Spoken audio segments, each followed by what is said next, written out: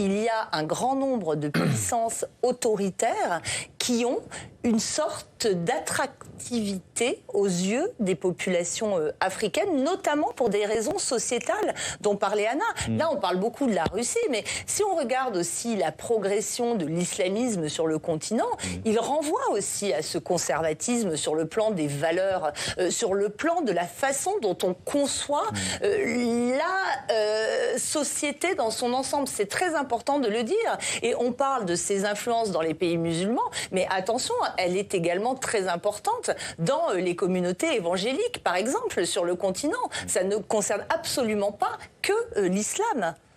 Alors, on va évidemment, parce que c'est lié, on parle de cette influence russe qui progresse. On pourrait parler de la Chine, on va en dire un mot un peu plus tard.